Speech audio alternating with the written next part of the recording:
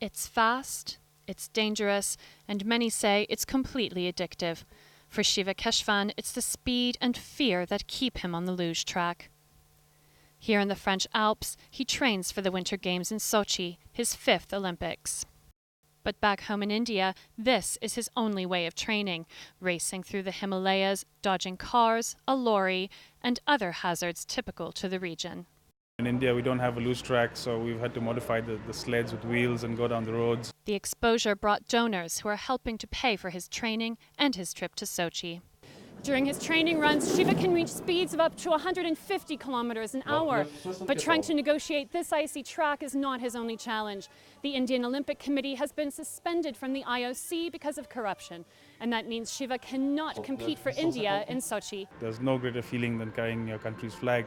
So that's quite a dampener for us. But at the same time, we've had a lot of support from people back home, and they told us, no matter what, whether the Indian flag is there or not, they are still supporting us. And I feel the same way that, I'll be still representing India in my heart, whether the flag's there or not. India can't return to the IOC until new members have been elected. That means Shiva must compete as an independent athlete. But grassroots support is still strong. Huddled in a garage in a small French town with his one-time coach Jan Frischto, the two work on Shiva's homemade sled, which they built from scratch.